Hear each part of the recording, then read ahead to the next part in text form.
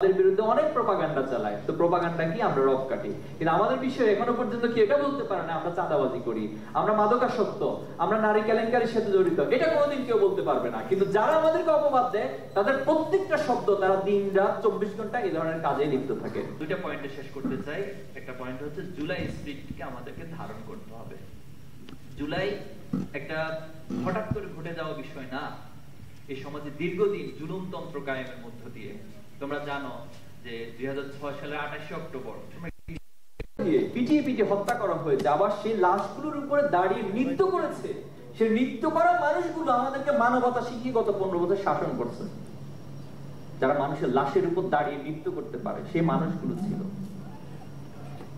এরপর বিডিআর বিদ্রোহের নাম তথাকথিত আমার দেশের সবচেয়ে সেরা সেনা অফিসারদেরকে হত্যা করা হলো, মেরে ফেলা হলো। কেন? কারণ এই অফিসারগুলো থাকলে এই বাংলাদেশে পার্শ্ববর্তী রাষ্ট্রের আধিপত্য কায়েম করা যাবে না।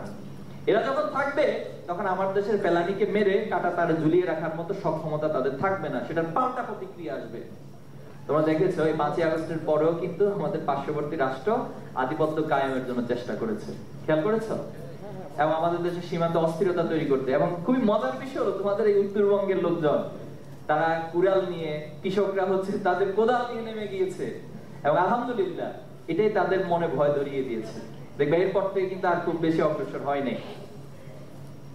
এরপর আমাদের দেশে আলেম ওলামাদেরকে আমরা সেদিনের রাতে চাক্ষুষ সাক্ষী ছিলাম, সেদিন রাতে শাপলা চত্বরে ছিলাম। কি নির্মম, কি নিষ্ঠুর ভাবে আলেম ওলামাদের উপর নির্যাতন করা হয়েছে আমরা দেখেছি। সে রাতে সবাই ঘুমন্ত ছিল, কেউ ঘুমাচ্ছিল, কেউ আল্লাহর জিকিরে মশগুল ছিল, কেউ বা সেখানে তাহাজ্জুদ পড়তেছিল। কেউ ভাবতে পারে নাই যে আলেম ওলামাদের মাঝে এভাবে হঠাৎ করে এসে সাউন্ড গ্রেনেড, এরপর হচ্ছে রাবার বুলেট, নির্মম ভাবে গুলি চালাতে পারে। এটা কেউ ভাবে নাই, কিন্তু সেটাই করেছিল রাতের আধারে। এই গণহত্যা চালিয়েছে কেন? অনলি ক্ষমতায় টিকে থাকার জন্য। এরপর আল্লামা সাঈদীর রায়কে কেন্দ্র করে দুদিনের ব্যবধানে সারা দেশে প্রায় 150 জন নারী, শিশু থেকে শুরু করে সকল শ্রেণীর মানুষকে নির্মমভাবে হত্যা করেছে। কিভাবে সম্ভব? একটা রাষ্ট্রের এভাবে করে আমি আমার নাগরিকদের মেরে ফেলতেছি। এবং সম্প্রতি একটা ক্লিপ ভাইরাল হয়েছে, তোমরা খেয়াল করেছো, হাসিনা তখন নির্দেশ দিয়েছিল সকল সংস্থাগুলোকে যে যত ইচ্ছা মেরে ফেলুন, আমাকে লাশের সংখ্যা বলার প্রয়োজন নাই, কিন্তু এরপরও এদেরকে দেখে নিন। তাহলে তারই একটি নির্মম বাস্তবতা 24 হয়েছে। এখন এই 24কে কি আমরা হারিয়ে যেতে দিব? এত ত্যাগ, এত কোরবানি, এত রক্তের পর আমরা কি আবার আগের জায়গায় যাব? আমাদের এখানে এমন কেউ নেতৃত্ব দিবে যারা আবার আগের মতো জুলুমতন্ত্র কায়েম করবে, আগের মতো ফ্যাসিবাদ কায়েম করবে? আমরা সেটা হতে দিব না। এজন্য তোমাদেরকে উদ্যোগ নিতে হবে। তোমরা যারা এখানে আছো, তোমরা এই সমাজকে নেতৃত্ব দিবে। তোমরা সৎ হবে। ছাত্র শিবির 3টি বেসিক প্রিন্সিপাল নিয়ে কাজ করে। একজন শিক্ষার্থীকে সৎ হতে উৎসাহিত করে, তাকে দক্ষ হিসেবে গড়ে তোলে।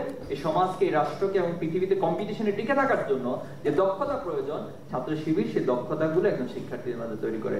পাশাপাশি তার মাঝে দেশপ্রেমের একটা বোধ তৈরি করে দেয়, যার মধ্য দিয়ে সে এই দেশকে ভালোবাসে, দেশের স্বার্থকে সে সবার আগে অগ্রাধিকার দিবে।